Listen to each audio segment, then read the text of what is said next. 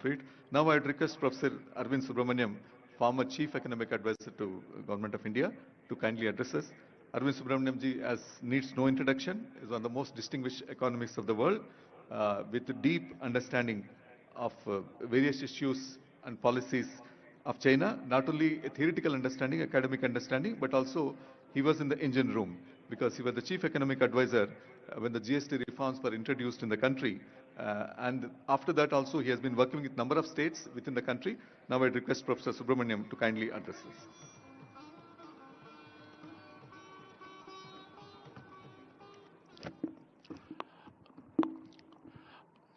Honorable Chief Minister, Honorable Deputy Chief Minister, dignitaries on the dais, and participants in this amazing event, the Telangana Rising Summit. I'm delighted and honored to be here in this amazing venue, which is going to be the Bharat Future City. I can't wait to see, I hope I'll be alive to see that vision. It promises to be spectacular. I'm also honored to be part of the CM's Council and hope to help assist in the transformation of the Telangana economy. As Karthik said, it's clear that India's future resides more and more in the states because it's the states that control the levers that are going to determine the fate of India's 1.4 billion citizens. So I've just written a book with Devesh Kapoor, and I want to highlight one striking statistic that we found in that book. We all say, why can't India be as dynamic and grow as rapidly as China? But it turns out that 1/3 of India has grown as fast as China and for as long.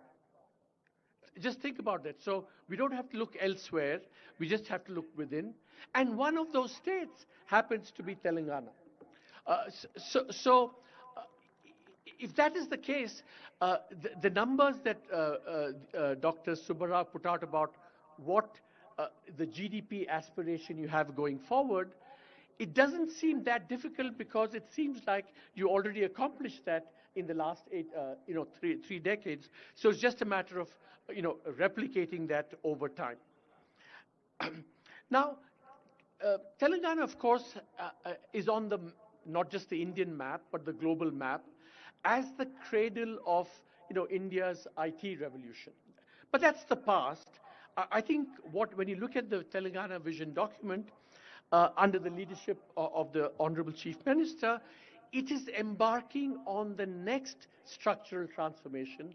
How do you go from this very dynamic IT-based economy to something that both harnesses the power of the new technologies without neglecting the daily lives of all the citizens in the state? So it's this combination of technology, which is people-centered, human-centered, improving human livelihoods. I think that's at the core of this vision document, which I would commend to everyone going forward.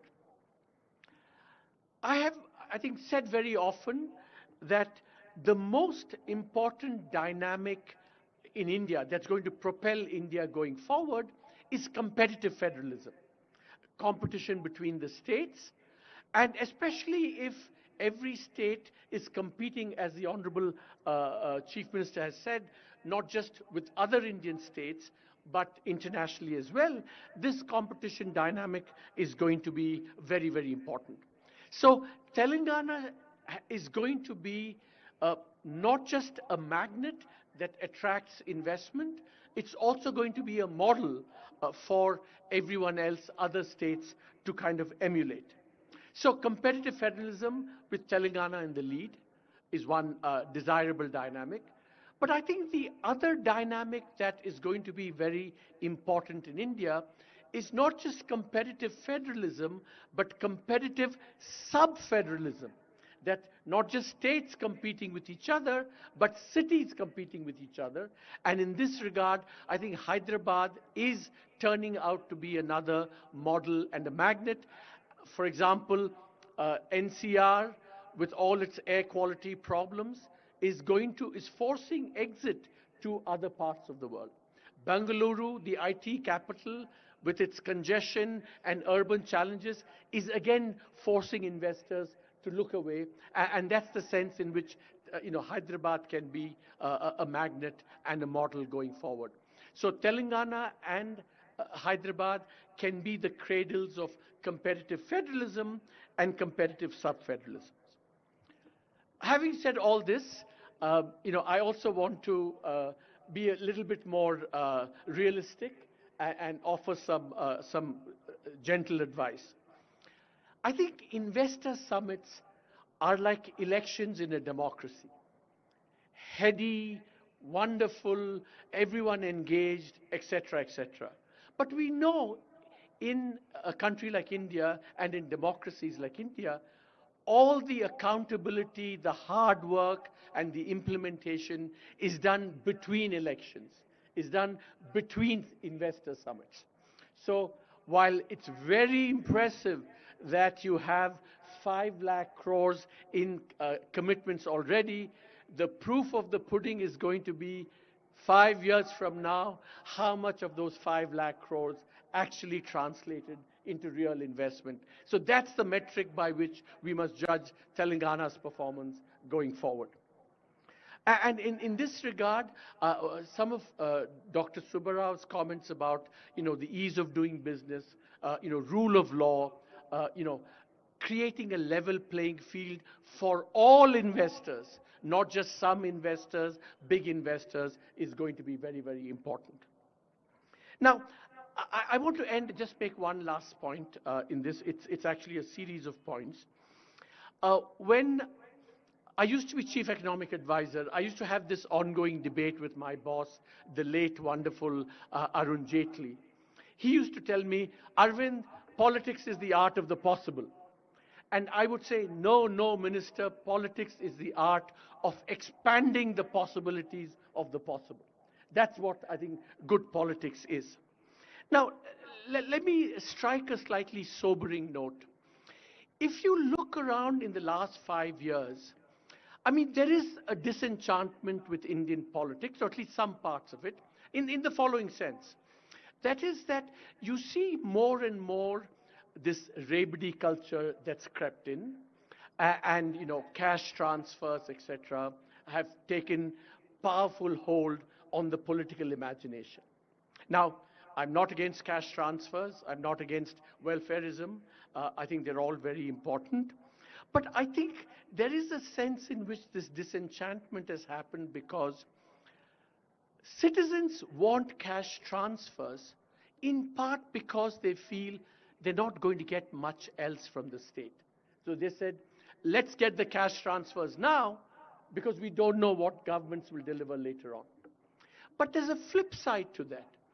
Governments themselves do more and more welfareism, almost because they have accepted that they will not be able to deliver all the other things that matter more. So we are in this slightly unholy alliance between citizens and the state, where it's all about cash transfers, to the neglect possibly of the other things that matter and that are contained in the vision statement that you have outlined.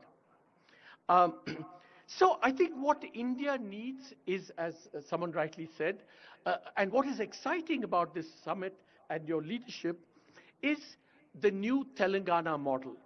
What is the new Telangana model?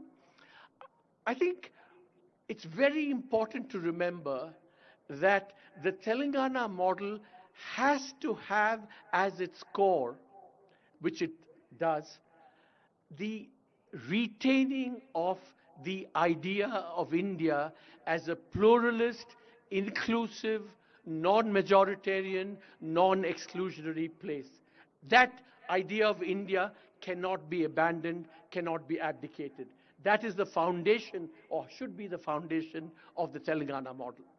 But then over and above that, what has to happen is the kind of political imagination that's been displayed in the Telangana Vision document, and converting that political imagination into a new reality is what has to be the Telangana model. And really, we've just written a book. In some ways, what we lament in the book is that the Indian political imagination has become stunted and stale. And what is really exciting about this, Honorable Minister, to be honest with you, and what makes me excited about working with Telangana is this new political imagination which retains the idea of India, pluralist, non-majoritarian, inclusive, everyone, plus this new imagination where you combine technology and harness it for the good of the people. So good economics should be good politics. Good social policy should be good politics. And that hopefully will be the new Telangana model.